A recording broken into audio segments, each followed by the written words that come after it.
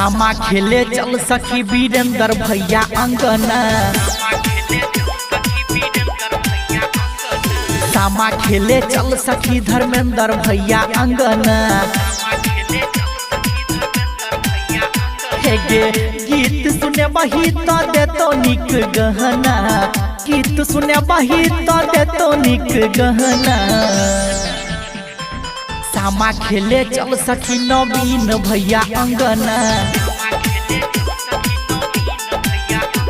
गे सामा खेले चल सखी अजय भैया अंगना।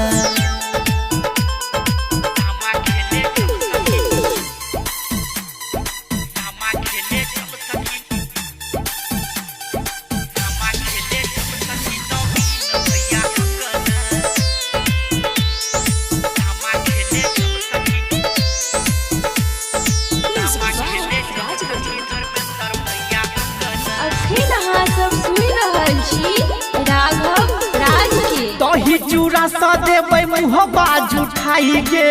भैया से फोड़ा के देबै पोखरी में भसाई गे। साल भर पर आबै छै ससुरा सन हीरा। 10 गो दिन में जाय छै बना के जतरा। हे गई दही चूड़ा सा देबै मुँह बाज उठाई गे। भैया से फोड़ा के देबै पोखरी में भसाई गे।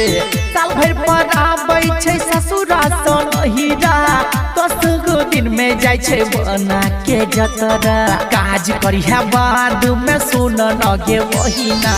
सामा खेले चल कर न भैया के अंगना।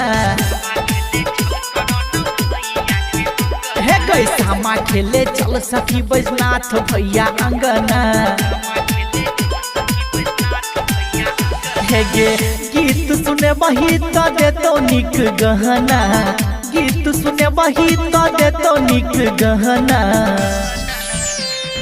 सामा खेले चल सखी दिनेश भैया अंगना।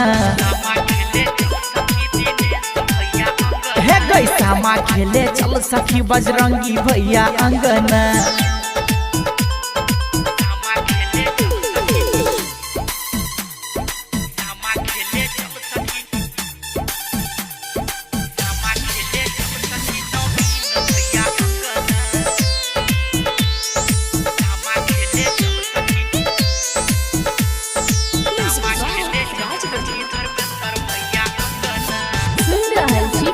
रिकॉर्डिंग स्टूडियो से करे न लेट सखी आई के तू दिन गे। नहीं ता भैया सबके आब जे तैन हिंद गे। डाली में हाली से दूब धनल सजाही गे। चुगला के मछ मिल के सब देबै जराही गे। हे गे करे न लेट सखी आई के तू दिन गे। नहीं ता भैया सबके आब जे तैन हिंद गे। डाली में हाली से दूब धनल सजाई गे। चुगला के मछ सब मिल दे वही जराई गे। बीके सिरा घब भैया दे तो से हो कंगना। सामा खेले चल सखी सुनील भैया अंगना। सामा खेले चल सखी महादेव भैया अंगना। गीत सुने बही तो दे तो निक गहना। गीत सुने बही तो दे तो निक गहना। सामा खेले चल सखी राम सेवक भैया अंगना।